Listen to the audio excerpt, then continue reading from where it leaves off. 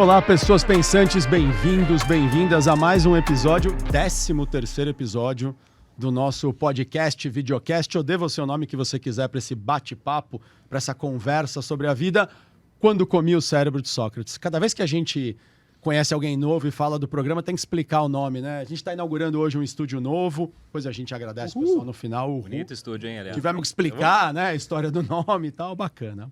Muito bem, pessoal, hoje nós vamos falar de um tema muito interessante. Nós vamos falar de enfrentamento da realidade, cujo subtítulo da conversa a gente propôs que fosse A Outra Opção é Pior. Como assim a outra opção? Bom, vamos lá. Se você não está enfrentando a realidade...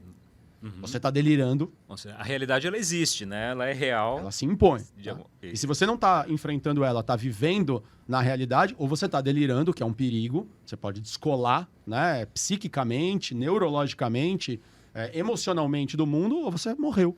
Né? Não quer dizer que morrer seja ruim, mas quer dizer que se você não está enfrentando esta realidade aqui, algum problema tem, a gente vai falar sobre isso. Bom, e falando em enfrentar a realidade, eu quero hoje, para enfrentar a realidade, fazer aquela evocação. Vou fazer rapidinho, hein? Vou pedir bênção aqui a vários dos nossos protetores, né? Então, primeiro, pedir bênção a Hermes, né? Deus da comunicação, que tem a ver com o que a gente faz aqui. Pedir bênção a São Francisco Xavier. Foi um grande comunicador, criou, inclusive, né, a oração que tanta gente utiliza, né? Senhor, fazei-me instrumento de vossa paz. Acho que é uma comunicação ecumênica, né? Então, que a gente seja instrumento da paz aqui no sentido de trazermos conversas que, por mais que provoquem, depois tragam também caminhos, né, de solução. Aliás, eu tô achando que esse episódio aqui não vai acabar aqui, viu?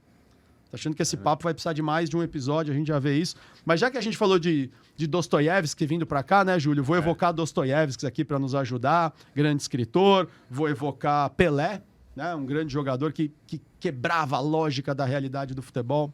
Enfim, gente, vou pedir bênção para todos que puderem, todos e todas que puderem nos ajudar nesse papo aqui. Vamos deixar claro que a gente não tem comprometimento com o erro, né? Então, se a gente falar alguma bobagem aqui, ainda mais discutindo sobre a realidade, a gente corrige no próximo programa e... Aliás, segue, tem né? uma chance muito grande de falar bobagem, né? Então, afinal, a gente está falando tanto, né? Então, somos três, né? Três caras trazendo um pouco da nossa experiência de vida, mas não no sentido dogmático, né? A gente não veio aqui ensinar ninguém a viver, a gente não veio ensinar o que é certo e errado. A gente veio trazer um tema, conversar entre nós, dividir isso com as pessoas, ouvir os comentários delas e vamos juntos aprendendo. Acho que essa é a graça da história. Mas falando em nós, quem somos nós? Humildemente, prazer. Obrigado por me escutar. Meu nome é Danilo Afonso. Também estou aqui com o nosso queridíssimo... Júlio Del Valle. Não, Júlio César. Fala o nome César. de imperador. Júlio César Del Valle. Estamos aqui com o nosso como é que se diz assim? Samurai da Paz. Samurai da Paz. Como é que a gente falava a expressão? Eu até anotei aqui outro dia, como é que era? Samurai Pacífico. Samurai Como é que eu esqueci Pacífico. desse adjetivo? Samurai Nosso Samurai Pacífico, por favor, se apresente. Olá, pessoal. Eu sou o Pailu. Nome diferente, né? Mas pra quem já segue, tá tranquilo. Pra quem não segue, é nome chinês, tá? Você sabe que algumas pessoas que assistiram os primeiros episódios me perguntavam aquele outro moço também que fala bem, mas como é que é o nome dele, Pailu? Por que ele tem esse apelido? Eu disse, não é apelido não, né? O nome dele, a mãe dele era chinesa e tal. Bacana. São os enfrentamentos da realidade. Muito bom, muito bom, muito bom. Vamos começar a enfrentar a realidade então, turma? Posso contar como é que surgiu esse tema, assim, na ideia? Bom, primeiro que ele surge da vida, né? De você viver e perceber a quantidade de vezes que a gente quer fugir da realidade, porque por dois motivos. Ou porque ela está nos assustando, porque a gente não quer ela do ponto de vista de coisas ruins, ou às vezes até o contrário, né? Ela está nos assustando de tão boa que ela é. Há pessoas que querem fugir da realidade por medo das coisas boas e não conseguirem lidar com aquilo por culpa ou por medo que essa coisa boa vai acabar, então eu já chuto o pau da barraca. Mas eu lembro um dia que eu estava assistindo um jogo, acho que a gente já contou aqui em algum episódio, eu adoro futebol, torço pro São Paulo. Era um jogo, não me recordo se de campeonato da Sul-Americana ou da Libertadores, mas era uma fase inicial. São Paulo estava jogando com um time argentino chamado Talleres, que se escreve Talheres, né? Se você for no português, tá? E o pessoal brinca e tal. E assim, o São Paulo acho que tinha perdido o primeiro jogo de 1-0 na Argentina, precisava ganhar o segundo jogo de 1-0 ou de 2 gols de diferença, até para classificar direto. E o jogo tava ali, bicho, acho que uns 40 minutos mais ou menos, e tava 0-0. E o São Paulo precisava fazer um gol para pelo menos levar para os pênaltis. Mas tinha um detalhe. Já faziam 5 jogos que o São Paulo não fazia gol. Era uma fase difícil do time. E aí eu lembro que o narrador Acho que na época era o Galvão Bueno. Não tenho certeza, mas acho que minha memória me diz que era ele. Eu lembro que uma hora teve uma jogada e ele falou alguma coisa assim, só um gol e muda tudo e tal. E na hora eu pensei, pera, esse cara tá narrando qual jogo? Porque tudo bem, o papel dele como locutor é ser animado, eu posso entender isso. Mas eu mesmo, como torcedor, pensei, cara, faz 5 jogos que a gente não faz um gol. Já foram 85 minutos do jogo e o cara tá lá, claro, animado. Eu acho ótimo que sejamos animados. Depois eu quero até ouvir vocês falarem um pouco como é que é essa coisa de enfrentar a realidade e ser animado. Mas me parecia naquele momento que mesmo no papel dele, ele estava descolando da realidade. Só um gol muda tudo. É verdade, mas por outro lado, da onde vai sair esse gol? Né?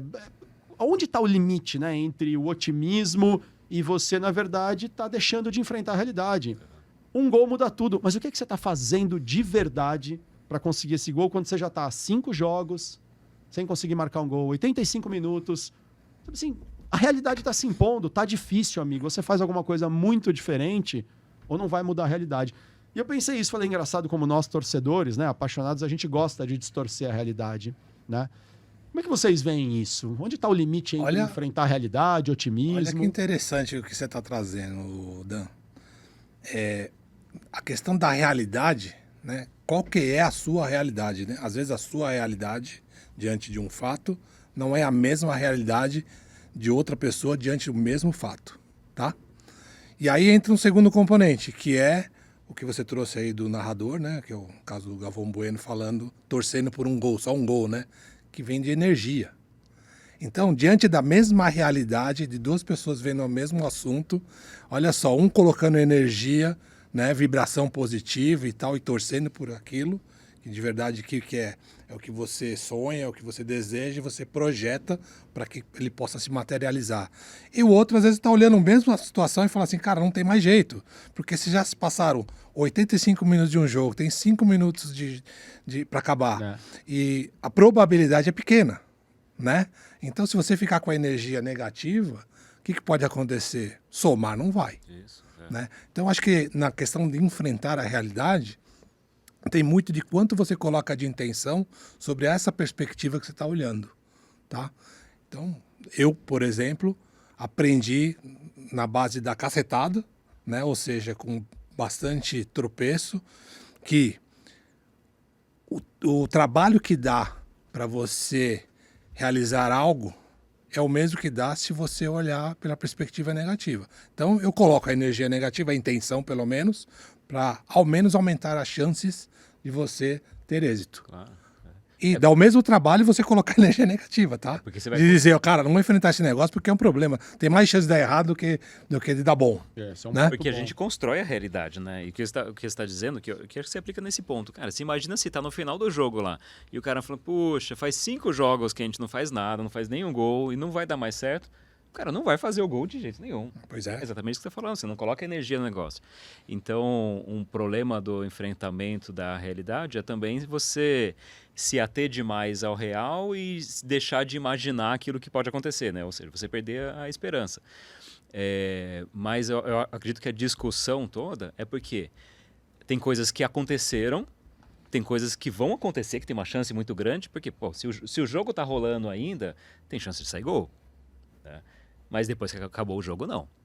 Então, assim, se tivesse chutado a bola, se tivesse... Então, assim, se depois que acabou o jogo, aí fica se martirizando, poxa, devia ter feito aquilo, devia ter feito... Cara, não fez, não aconteceu, não saiu o gol, não... E tem muita situação na vida que é isso, que são coisas que já aconteceram e a gente deixa de enfrentar essa realidade porque por falta de aceitação do que aconteceu. Ou coisas que vão acontecer. Né, coisas que você sabe que vai acontecer, ou que tem uma chance muito grande de acontecer, porque, de novo, no meio do jogo lá, por mais que as probabilidades sejam menores para um time que não está indo tão bem, mas pode sair o gol. Mas, cara, se tem uma conta que vai cair no final do mês, você não tem o dinheiro na conta, cara, vai dar ruim. Vai dar ruim. Você precisa ter o dinheiro para cobrir aquilo lá. Então, assim, tem coisas que vão acontecer e não tem mágica, né? E um problema do enfrentamento da realidade é negar isso. Negar que você está sem dinheiro para pagar a conta, você precisa fazer alguma coisa para resolver aquilo. E sabe que eu lembrei de... Bom, eu tenho um escritório de arquitetura, a gente trabalha muito com obra, né, com construção, e a gente vê muito essa negação da realidade quando se fala do custo da construção, ou do custo da obra lá. Porque muita gente fala, não, eu vou conseguir fazer tal coisa. E a gente fala, não, cara, mas tal coisa custa tanto. Você vai precisar investir um pouquinho mais. Ah, não, mas eu... Não é nenhuma indireta pra mim, não, né? Porque eu tô terminando não, obra. Você tá terminando, você tá bem. Não é nenhuma indireta, não. O problema é quem tá começando. É muito complicado mesmo. E daí, assim, às vezes a gente vê aquele pensamento positivo, fala, não, mas eu vou conseguir porque vai dar certo. E assim, depois de um tempo você conhecendo o mercado, você fala, cara, não vai dar certo. Você sabe, eu falo que é a filosofia da Xuxa, sabe? Tudo que eu quiser, o cara lá de cima vai me dar. Basta acreditar que você vai conseguir. Cara, não, geralmente não é assim, não. Não basta acreditar. Esse é só um pedaço, talvez, né? Você acreditar e você pedir ajuda e tal. E o cara lá de cima já deu, você mas já se você não fizer nada, né, nenhuma ação, né? Aliás, nós falamos sobre isso, né? Sobre o capítulos anteriores aí. Falar de ação, né? Ação porra, né? Exato, vírgula, né? Porra, vai, né? Então, se você não combinar os dois, eu acho que a realidade passa a ser uma realidade irreal, né? Exato. Não, aquele equilíbrio de olhar para a realidade como o que realmente pode acontecer ou não, ouvir as pessoas que estão falando sobre aquilo e aceitar. Falando, tá bom, então eu tenho que fazer alguma coisa em relação a isso, tá? Você está me falando que vai custar tanto negócio? Não, tá bom, então deixa eu me precaver para gastar um pouquinho mais daquilo que eu achava que ia custar. Ou não dá, ou não é agora o momento. Né? Exato. Quer dizer, você falar não é necessariamente uma desistência. Aliás, esse é um ponto importante. Essa coisa de querer ser corajoso o tempo inteiro, eu sou corajoso, eu não tenho medo de nada. Talvez a gente já tenha até abordado isso aqui em outros programas, mas a coragem, ela não é necessariamente a face oposta, né, do medo. Várias vezes eu pergunto isso em workshops, em palestras. Pessoal, qual é o oposto do medo? E alguém normalmente vem com essa resposta, é a coragem. Minha posição é não, senhor, não, senhora. O oposto do medo não é a coragem. Porque se o oposto do medo fosse a coragem, a gente estaria dizendo que a coragem só se manifesta na ausência do medo. E o medo vem quando você não tem coragem. E, na verdade, eles caminham lado a lado. Os dois a ausência do medo, na maioria das vezes, pode gerar, inclusive, uma posição, e aí sim é o que eu defendo, né? Que o oposto do medo é a irresponsabilidade. Ou talvez até, para pegar um link, né, com o que a gente está falando, o delírio. O oposto do medo é o delírio. Eu estou delirando, eu não enxergo a realidade, logo eu não enxergo os desafios. Agora, o oposto do medo é a irresponsabilidade, porque se eu não tenho medo, eu atravesso a rua sem olhar. Eu vou para uma avenida Faria Lima, em São Paulo, Avenida do Contorno, né, em Belo Horizonte, Avenida Atlântica, no Rio de Janeiro e tantas outras, né? E eu atravesso a rua sem olhar. Isso não tem a ver com coragem, né? Não tem a ver com coragem. Coragem eu estou com medo, os carros, né, têm a sua velocidade, são mais fortes do que eu, e exatamente por eu estar com medo, eu tenho que olhar para o que está acontecendo, mapear, enxergar a realidade e aí ter a coragem de, em algum momento, dar o primeiro passo quando eu entendo que é o melhor momento. Nem ficar esperando a hora em que não tiver nenhum carro, porque basicamente você vai atravessar só de madrugada, e às vezes ainda vem algum carro, ou então você não vai atravessar nunca. Se você ficar esperando o momento que não passa carro, isso não é ter coragem. Isso, na verdade, é você ficar trabalhando ali, né? Quando não tiver problema nenhum. Mas a vida tem problemas. Eu acho que, quando eu coloquei o exemplo do futebol, o Pailu puxou por um lado importante, né? Que é não parecer que também enfrentar a realidade é você olhar e falar assim, 85 minutos já era. Não era. Faltam 5 minutos ainda. E a gente tem que olhar para isso. O meu ponto, e aí acho que o Júlio também trouxe uma coisa bacana, é quando eu nego a realidade. Então, quer dizer, quando o jogador, ou o treinador, ou a própria torcida, nesse caso, fica tão, né, no otimismo que para de olhar para a realidade. A realidade era, estamos a 5 jogos sem fazer gol, temos um problema. Alguma coisa está acontecendo com o desempenho desse time. Não, mas vamos lá que, né? Não, vamos lá como? Dessa vez vai. Por isso que a expressão é enfrentamento da realidade. Eu preciso enfrentá-la. Porque senão você tem razão, Paulo. A realidade não é agradável, então eu vou ficar aqui no sofá quietinho esperando passar o problema. Talvez ele não passe. Né? A conta que você está devendo não vai deixar de ficar a dívida só porque você está esperando. Muito pelo contrário. A tendência, inclusive, das dívidas é aumentarem com o tempo, né? Por causa dos juros e por aí vai. Eu acho que o ponto aqui é, quando você enfrenta a realidade, você entende a base de onde você está partindo. Então, você falou de construir uma casa, né? O cara vai construir uma casa de 100, 200, 300 metros quadrados. Ok, tem um custo. Não, mas eu acho que eu consigo construir uma casa de 200 metros quadrados num residencial bacana, de qualquer cidade que seja do Brasil. A casa tem um acabamento bom, eu quero uma casa de qualidade, etc e tal, e eu vou gastar R$500 por metro quadrado. Não vai. Não neste contexto.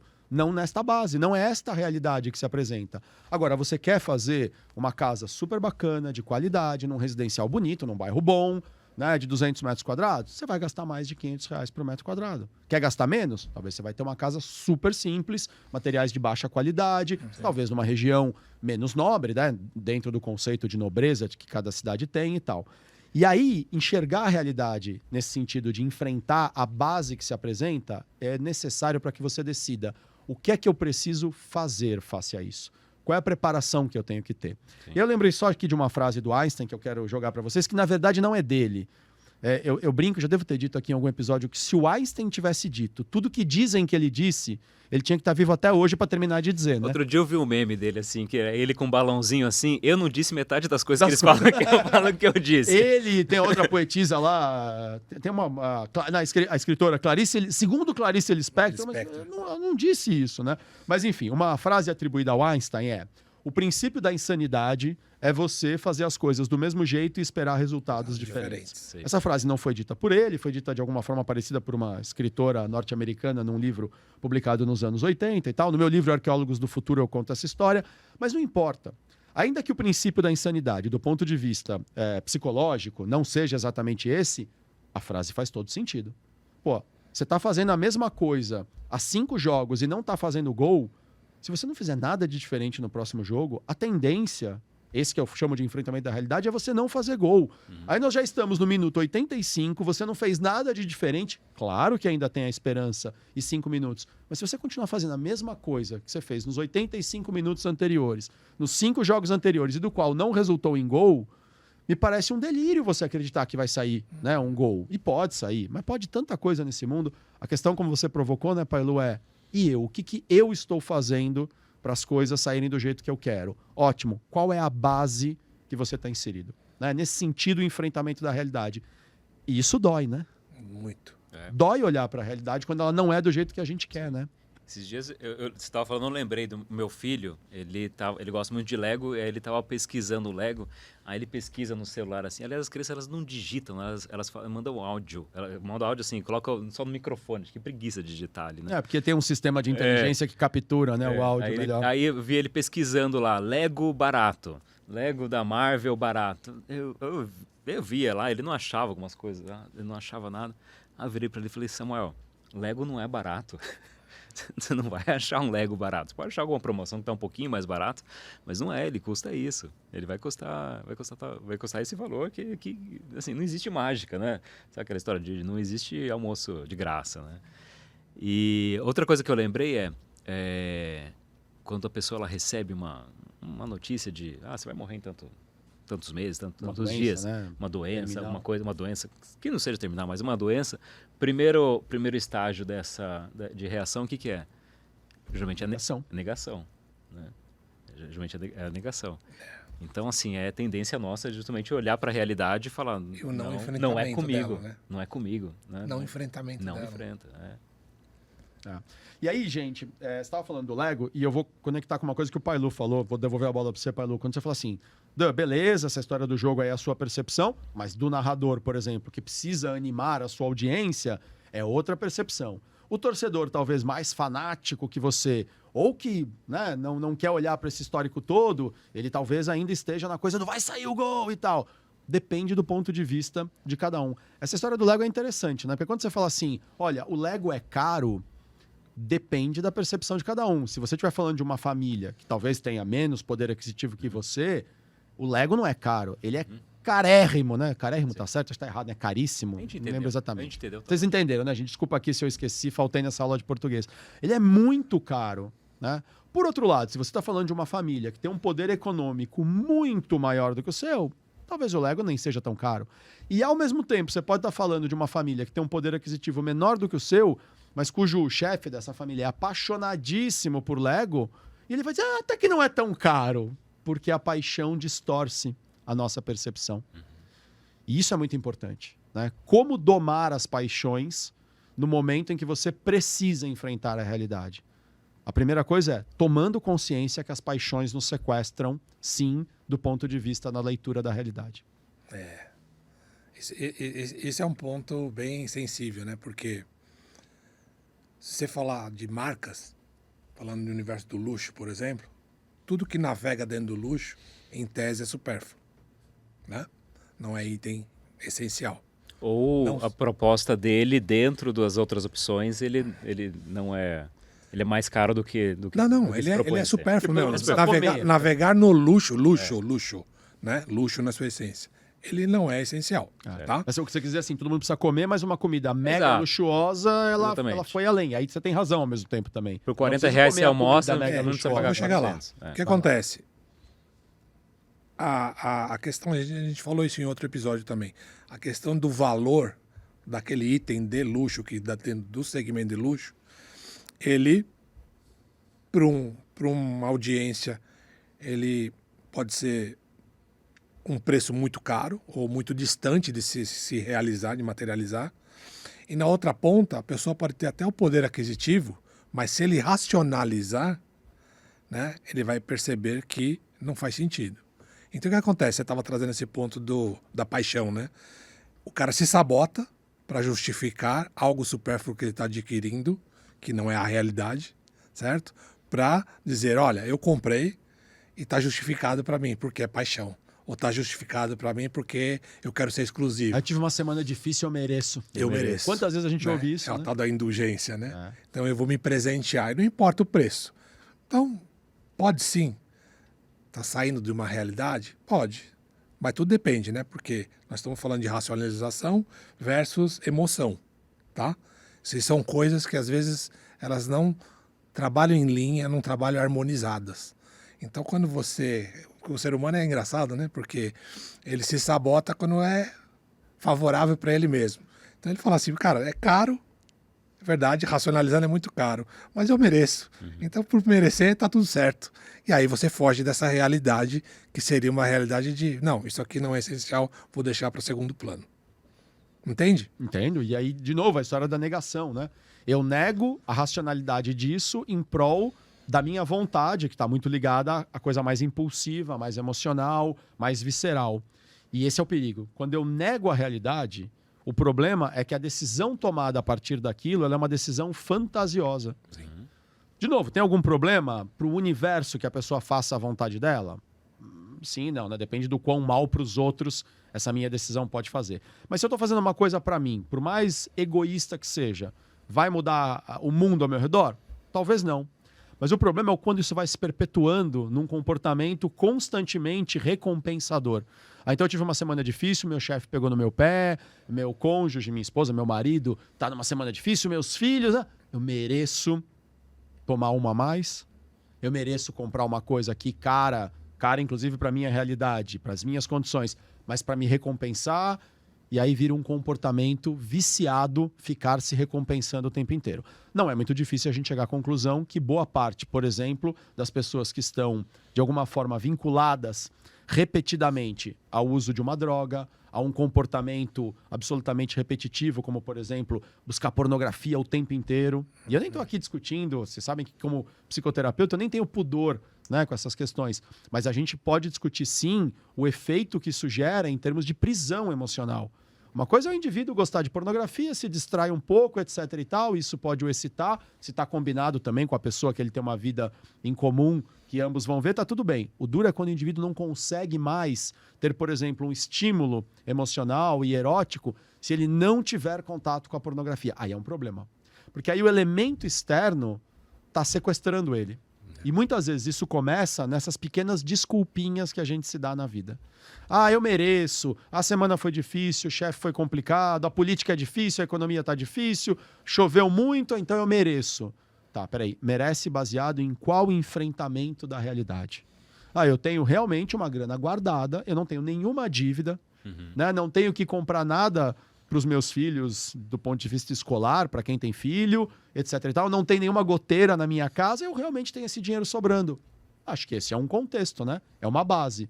Outra coisa é, eu tô com minha parede mofada, o meu carro tá com o pneu careca e eu dependo dele muitas vezes para fazer coisas, meu filho precisa comprar um livro para a escola, minha esposa tá precisando fazer um exame, fazer às vezes alguma reparação no dente, ou meu marido, mas eu tive uma semana difícil e mesmo assim eu quero ir para um bar e gastar R$ 300 tomando bebidas diferentes porque a minha semana foi difícil.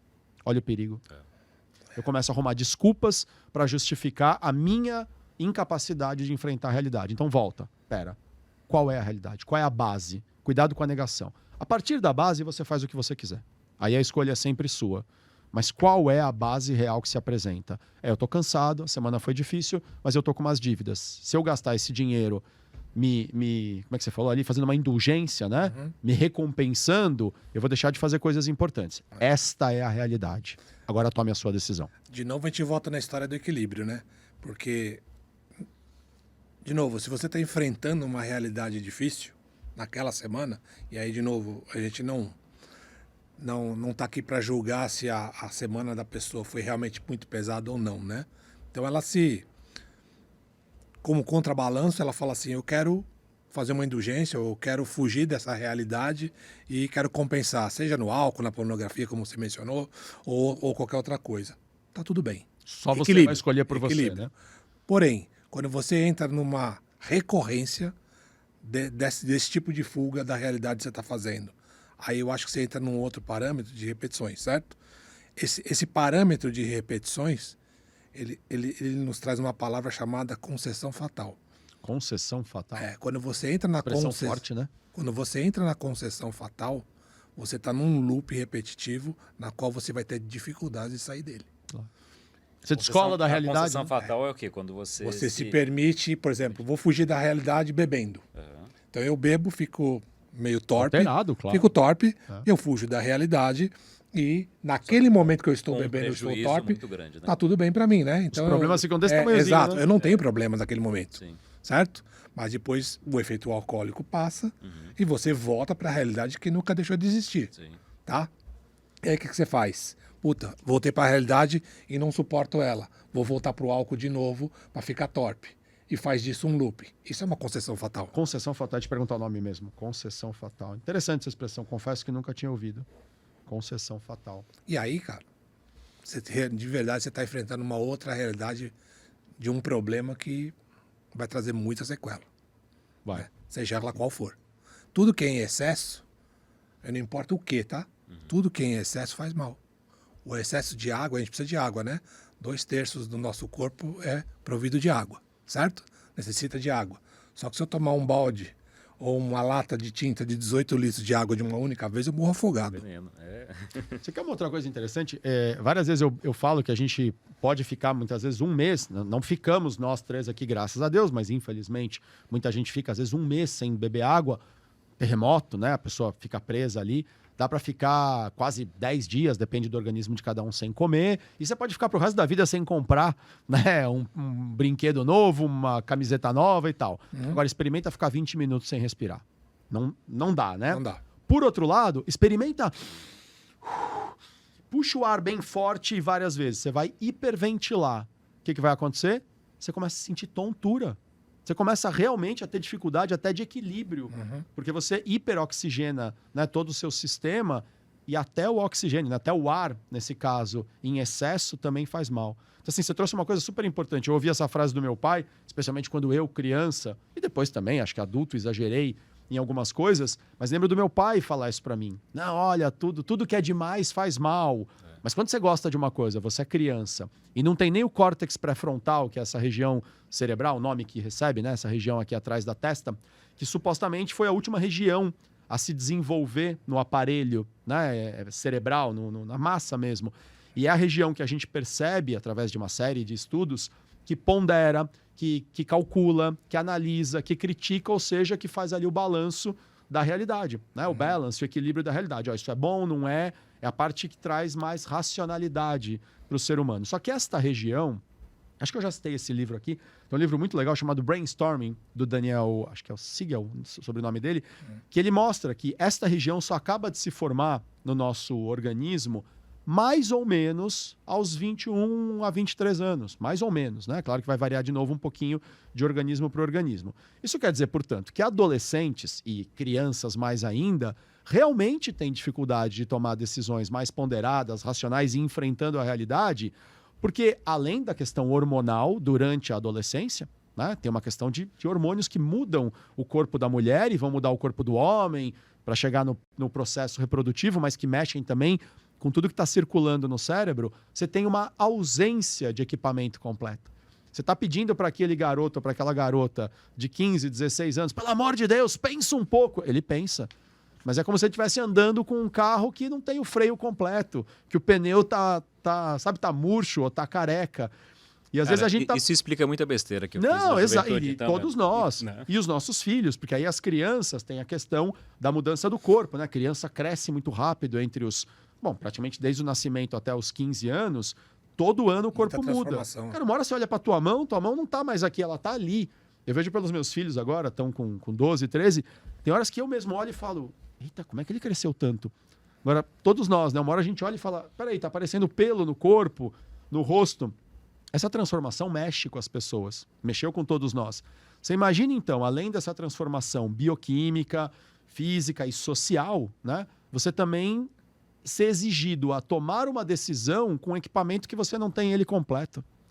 Então é importante a gente tomar cuidado. Por outro lado, por exemplo, o uso de álcool, ele inibe muito esta região. Por isso que quando a gente bebe e fica alcoolizado, embriagado, torpe, a gente faz coisas que sóbrio a gente não faz. A gente diz coisas que sóbrio a gente não tem coragem de dizer, porque a gente literalmente anestesia esta região aqui, que é responsável por filtrar. Às vezes filtrar de um ponto de vista extremamente castrador, né, autossabotador. Ah, eu não mereço isso. Ah, não, eu vou comprar um carro novo. Não, mas meu pai, tadinho. Quantas vezes eu ouço isso, gente, em consultório? Pô, Danilo, mas é complicado, porque o meu pai, nossa, ele viveu a vida inteira de aluguel. Minha mãe, a vida inteira, né, esteve num casamento ruim, né? E tal. Eu agora vou fazer uma viagem internacional, eu vou comprar um carro. Eu fui promovido e o meu pai, tadinho, trabalhou a vida inteira de funcionário ganhando pouco. E aí você não pode humilhar seu pai e sua mãe. Aí entra a sabotagem. E muitas vezes, quando a gente bebe, a gente anestesia isso, ou usa algum tipo de entorpecente, a gente anestesia, aí beleza. Aí vem a parte visceral. Só que isso que você falou, né, essa expressão concessão fatal, quando também vai virando uma rotina e eu vou ficando acostumado a me recompensar, eu faço um efeito similar. Então eu vou lá e compro esse negócio, mesmo que não seja algo entorpecente, tá? Mas eu vou lá e compro um presente para mim, porque eu mereço. Eu vou lá e faço um passeio a mais e gasto uma grana a mais porque eu mereço. Olha o vício. Né?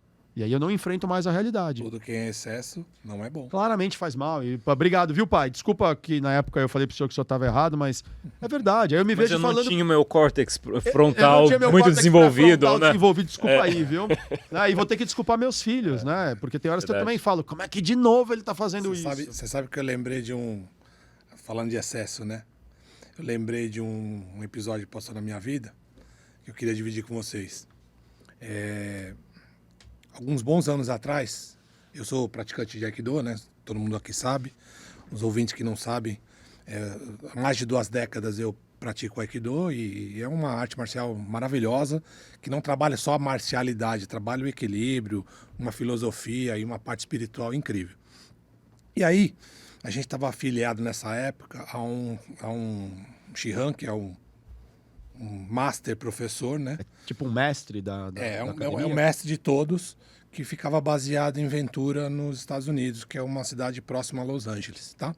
E aí nós nos juntamos ali, um grupo de brasileiros, para ir visitá-lo. E a gente ia passar mais ou menos 10 dias na Califórnia, tá? E aí nessa, tá com os amigos brasileiros, né? A gente já prontos para embarcar, eu perguntei para alguns deles, né? O que eles tinham na programação. E um deles me chamou muita atenção, que eu perguntei para eles, são 10 dias que a gente ia passar lá, né? Falei para ele, o que você tá programado a fazer aí, né? Cara, eu vou treinar. Eu falei, não, legal, também vou treinar. Mas os 10 dias, o que você vai fazer depois, né? Nesses 10 dias totais? Não, eu vou treinar os 10 dias. Eu falei, você tá falando sério? Ele falou, sim, eu tô indo para lá para isso. Né? A questão do excesso. Eu falei, cara, mas peraí, você vai viajar mais de 10 mil quilômetros, sair do Brasil, vai para Califórnia, você vai ficar 10 dias por lá, indo todos os dias para academia, e depois do 10º dia você vai voltar para o Brasil? É isso mesmo que eu entendi? Ele falou, Eu falei, uma curiosidade, O que você vai dizer para sua esposa e para o seu filho quando você voltar, que eles vão te perguntar, e aí, como foi a Califórnia? Treinei, No tatame. treinei 10 dias no tatame e foi isso que aconteceu. Falei, cara, você tem a Disney lá, você tem Los Angeles para visitar, você tem shopping para fazer compras, você tem praias para você visitar. É sério mesmo, você não vai? Aí ele parou, ficou reflexivo e falou assim, cara, você sabe que eu não parei para pensar nisso? Tava tão focado em ir Tão lá focado. treinar. E isso para mim é um excesso, né? Eu amo arte marcial, gente. Mas, de novo, se ela não tiver equilíbrio na minha vida, passa a ser nocivo. Mas se ele ficar o dia inteiro fazendo, ele não pode, inclusive, machucar o próprio corpo? Talvez, né? Pelo Sim. excesso de exercício. Mas era a questão do ir para a Califórnia já é um desafio, né? Do ponto de vista de distância. Depois, do ponto de vista financeiro também é um esforço, né? Então acho que ele queria extrair ao máximo possível os aprendizados, os treinos e as técnicas, né?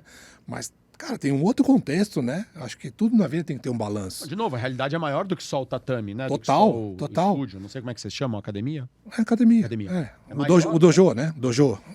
E aí, cara, quando eu falei isso pra ele, mudou tudo na cabeça do cara. Porque, em primeiro lugar, ele bugou.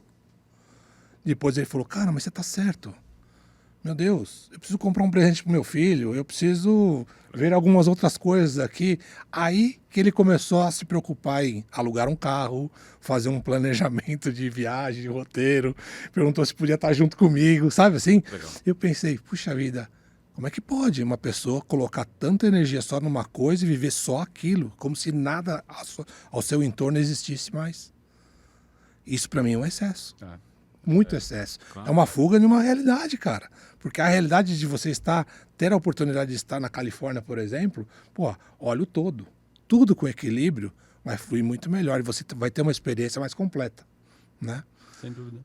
Então, Interessante. eu lembrei desse excesso aí, É. que foi uma passagem que me marcou. Aí você comentou uma coisa que eu tenho pensado muito também, que assim, imagina se você não tivesse tido essa conversa com ele. Provavelmente ele iria lá e a vida dele teria sido completamente diferente, a viagem dele seria completamente diferente. O que é interessante é que como essa interação que a gente tem na vida das pessoas, profunda e real, né? E falando assim, olha, eu tô de fora olhando para sua vida e eu tô enxergando alguma coisa que talvez você não esteja vendo. Como isso é importante, cara, pra gente e para as outras pessoas ao nosso redor, né?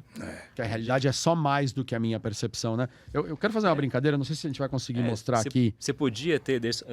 Vai lá, enquanto isso. Você podia ter olhado ele falando isso, né? Você podia ter falado, puta, cara idiota. E seguir a sua vida, né? Vai passear e deixar ele lá. Mas olha como foi importante para a vida dele. Você conseguiu conhecer mais o cara, conseguiu passear mais com ele. E tudo a ver com isso que a gente está falando também, né? Tem um cara, um coach que eu escuto, que ele fala em um termo em inglês que é o hard right, que seria a coisa certa difícil. E tem muitas situações na vida em relação a conversas que a gente também se sabota e fala, não, eu não vou ter essa conversa. Tipo, eu não preciso falar isso pro cara, nem mal conheço ele, para que eu vou falar um negócio desse para ele? Mas assim, você sabe o que é certo. Se você está vendo que ele está fazendo alguma coisa errada, você pode falar. Né? Ou então, às vezes, uma conversa com a esposa, que você precisa tratar alguma coisa. Pô, mas é uma conversa difícil, né? Um dos meus colegas, o Ricardo Fará, chama de conversas corajosas. Ele fala, tem conversas que a gente sabe que a gente não quer fazer, mas tem que fazer. Então a gente precisa enfrentar. São conversas corajosas que a gente tem que ter com a esposa, com o chefe, com o filho, com o amigo. Não, e isso é enfrentamento da realidade. Sim. Claro que é. É você olhar e falar, cara, eu tô aqui, eu consigo fazer alguma coisa em relação a isso e eu deveria fazer. Ou às vezes eu preciso fazer, né? Então essa conversa, ela tem que existir, né? Conversas corajosas que eu não sabia, né? Eu sempre usei conversas duras. Porque às vezes você tem que ter uma conversa dura para resolver um tema.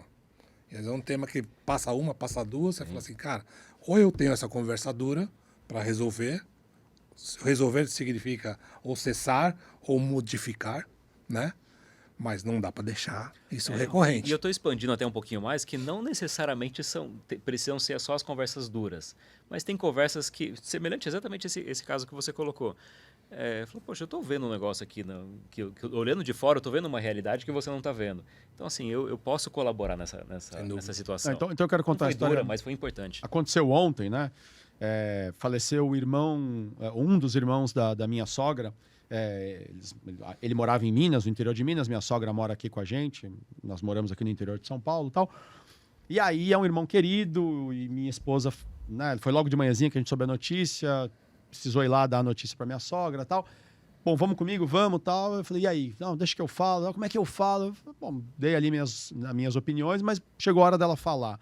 E, cara, ela foi brilhante. Brilhante. Depois eu falei para ela o quão eu fiquei admirado, assim, e feliz de ser o companheiro dela, porque ela começou dizendo mais ou menos assim, mãe, senta aí. A única dica que eu dei foi, pede para ela sentar.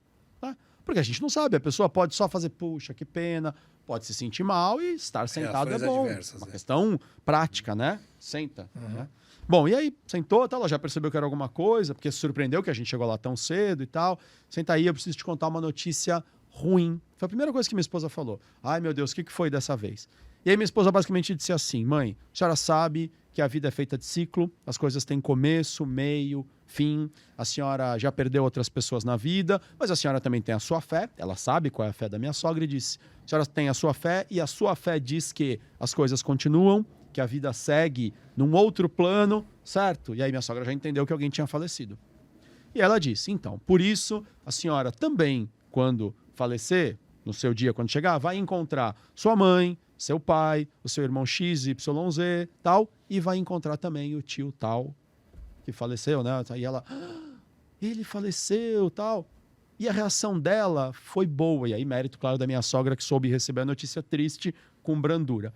Mas eu tenho que dizer que foi brilhante a forma como a minha esposa colocou, porque ela foi construindo a realidade. Ela não disse, mãe, você sabe, a vida, ela às vezes tem uma surpresa. Mãe, a senhora sabe, a vida tem começo, né? As coisas da vida têm começo, meio e fim. As pessoas nascem e morrem. A senhora já perdeu outras pessoas. Na sua crença, a senhora vai reencontrá-las. E a senhora agora vai se despedir, né, de uma outra pessoa que só vai reencontrar no plano espiritual. O tio tal, né, seu irmão, faleceu. É isso, enfrentamento da realidade. Né? Agora, tem jeito, e aí você falou da questão dura, só para fazer um comentário, sem querer ser aqui um chato semântico, mas assim, claro, algumas conversas são duras, mas é que quando a gente já determina que elas vão ser duras, a gente pode dar a elas uma carga pesada, que muitas vezes as conversas são difíceis, mas não precisam ser duras. Essa, por exemplo, é uma situação de uma conversa difícil, né? Você contar o falecimento de alguém querido para uma pessoa, mas não precisa ser duro. Né? E algumas vezes sim, pode ser que a gente tenha que ser duro porque o caso é grave, a pessoa está cometendo, sei lá, um crime ou um erro muito sério, a gente tem que ser duro. Mas eu gosto dessa expressão do Ricardo Fará, aliás, um beijo, Fará, que é isso, a gente tem que mapear quais são as conversas difíceis. E aí, uma vez que a gente mapeou e enfrentou a realidade, a gente não nega que a conversa é difícil, a gente se prepara bem para uma conversa difícil.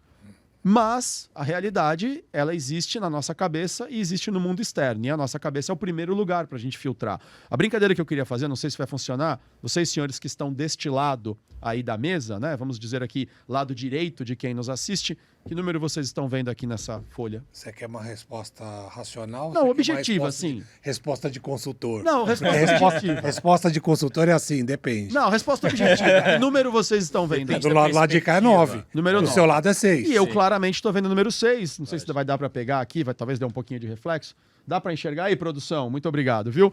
Então é isso. Aqui é o número 6, certo? Pois é, mas eles estavam vendo nessa posição, e nessa posição é o número 9. Parece uma brincadeira, tem uma charge que eu uso muito em treinamento para dizer que se vocês daí estiverem dizendo para mim, Danilo, eu tenho certeza absoluta que tem um número 9 escrito na folha. Vocês têm razão. É verdade. É realidade.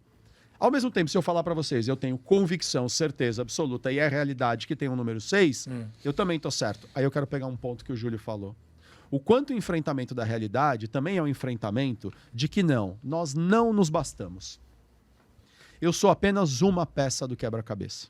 Esse papo de que é a minha... mas esse é o meu jeito de ver as coisas. Cuidado, porque essa é uma frase extremamente egoísta e extremamente falaciosa. É uma fantasia você dizer, esse é o meu jeito de ver as coisas, como se isso bastasse. Não, não basta. Sim. Ótimo, diga qual é o seu jeito. Gente, eu tô vendo o número 6, vocês estão vendo o número 9. Ótimo, então vamos dar uma volta inteira na mesa para a gente enxergar do que nós estamos falando pelos vários pontos de vista. Foi o que você trouxe. Ficar 2 horas aqui brigando. Não é 9, é 9. É 6. Mas a realidade é que tem um desenho em cima da mesa que, deste lado que vocês estão, ele se configura num número 9 na linguagem, né, numérica que a gente usa aqui no Brasil, em boa parte do mundo. E do meu lado aqui, de fato, é o número 6. Por isso que você falou, Júlio, pedir a opinião do outro, mais do que dizer, toma uma decisão por mim, não, me ajuda a enxergar a realidade, me ajuda a enfrentá-la de maneira completa. Né? Eu não quero negar a realidade. E muitas vezes, do meu ponto de vista, eu posso sim estar negando a realidade simplesmente porque eu não enxergo o todo. Mas se eu pegar o que o Pailu está enxergando, o que o Júlio está enxergando e quem mais conviver comigo, eu começo a ter uma visão mais clara da realidade. Por isso, pessoas muito individualistas têm dificuldade de enxergar a realidade. E se têm dificuldade de enxergá-la, vão ter dificuldade de enfrentá-la. Sim. Porque veem tudo a partir do seu único viés. Então é importante pedir a opinião dos outros. Né?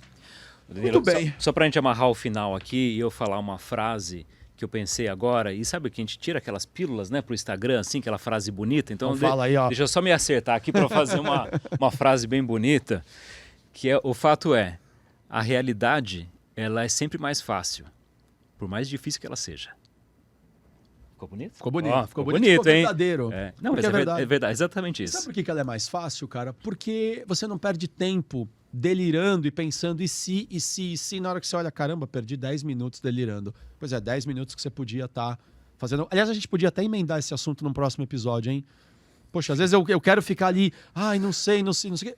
Cara, o que a gente faz com a realidade, então, né? Beleza, a realidade pode não estar boa. Fica a dica para o próximo episódio, aí a gente conversar sobre... Bom, eu quero só, então, evocar, antes da gente fazer aqui as etapas de fechamento, uma frase que eu anotei também, do meu querido professor Hélio Cirino, que ele me ensinou um conceito simples, né, básico, mas muito importante, que ele falava que uma das coisas que ajuda muito a gente a não delirar e a não sofrer na vida exageradamente é a gente aprender a trabalhar com o que cabe na nossa mão.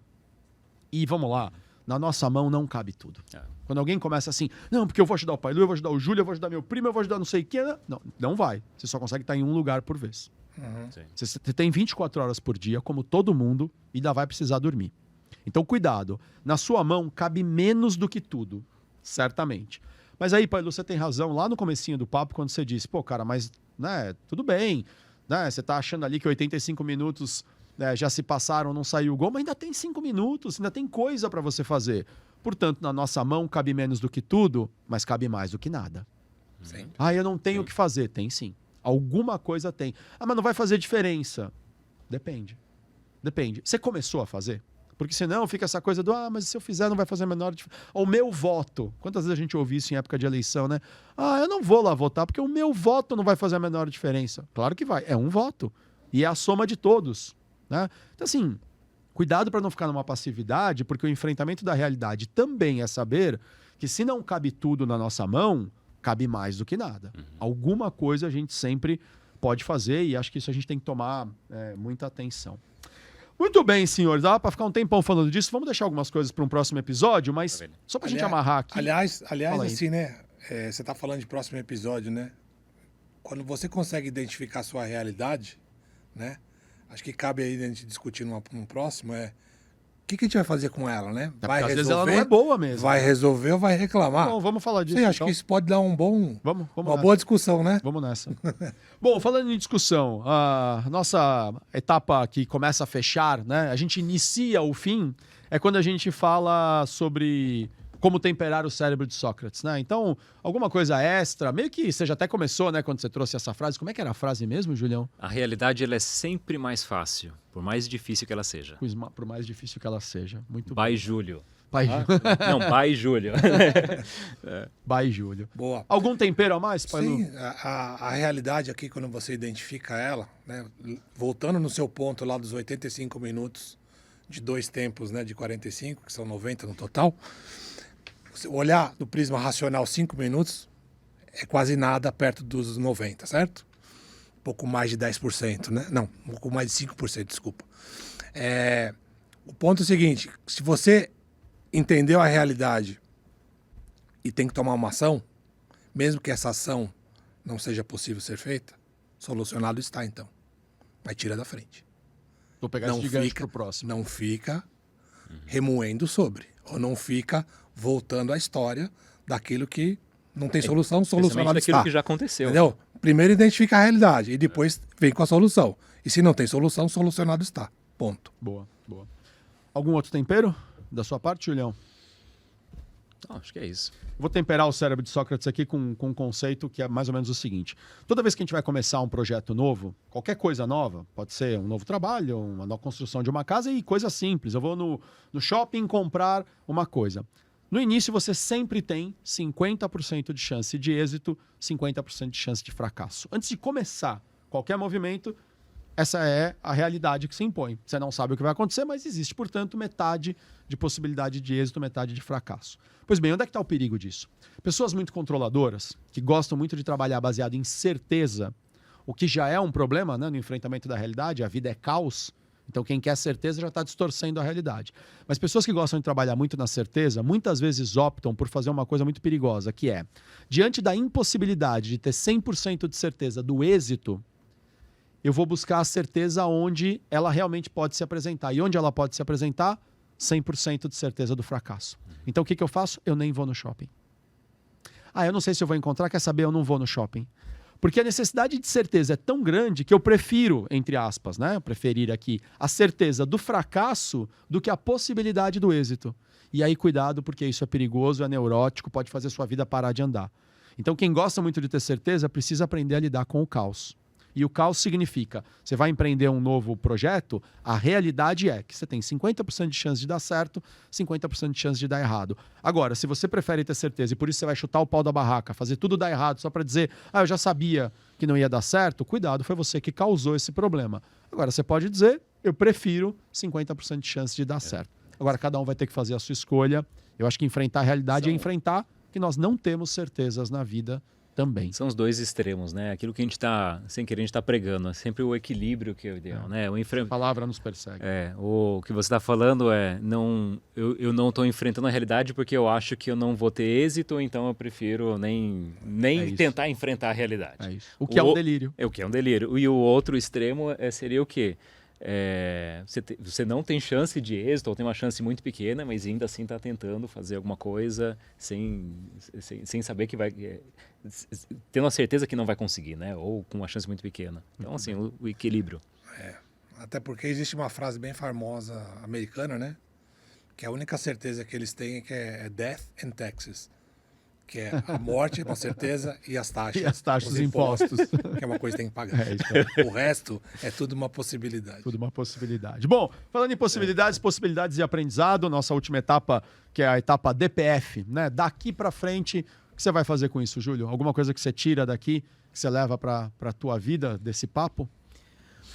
Não, eu acho que esse desafio de olhar para assim, a gente sempre carrega muita coisinha que a gente fala, nossa, mas eu devia fazer isso, né? Eu devia dar atenção para isso, eu devia ter aquela conversa. Eu acho que fica essa provocação conversas corajosas, de que aquela coisa que está cutucando não está cutucando à toa, né? É alguma coisa que se precisa ser feito. Nós dois tivemos uma conversa corajosa recentemente, não foi? E não foi fácil para nenhum dos dois. E não tinha nem a ver diretamente conosco, né?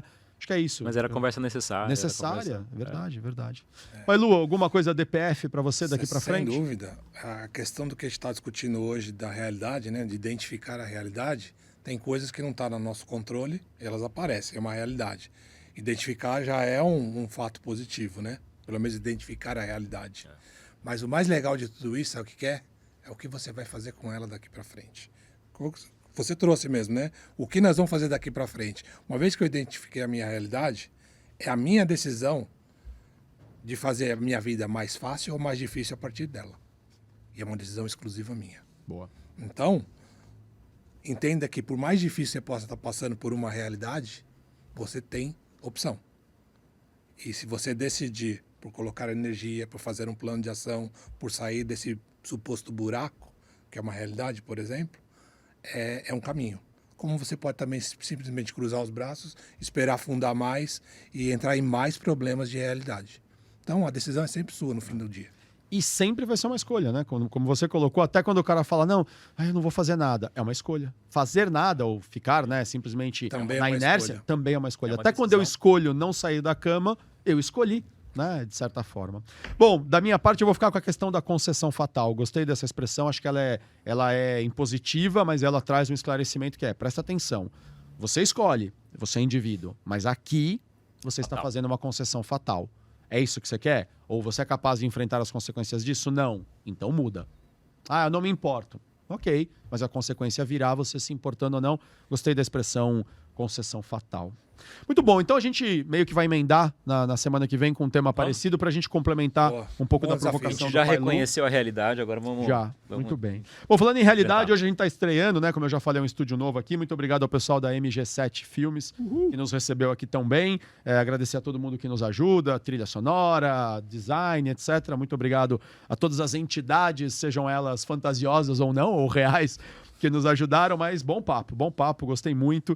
Quero agradecer a você que nos assistiu, nos ouviu, comenta, manda perguntas, continue comentando, continue mandando perguntas. Segue a gente nas redes sociais, quase todas elas a gente está inclusive com a sigla, né? QC2S, né? Quando comi o cérebro de Sócrates. Instagram, Spotify, YouTube, vai lá, se cadastra, porque aí quando tiver um vídeo novo ou tiver uma postagem de um trechinho novo, você pode assistir e até nos ajudar a construir os próximos episódios. E nas pílulas do Instagram, você consegue, clicando lá, entrar no YouTube ou no Spotify. Perfeito. Pessoal, muito obrigado, meninos. Valeu. Obrigado à turma aqui que nos apoiou e a você que nos acompanhou. Até a semana que vem. Até a próxima. Valeu. Valeu.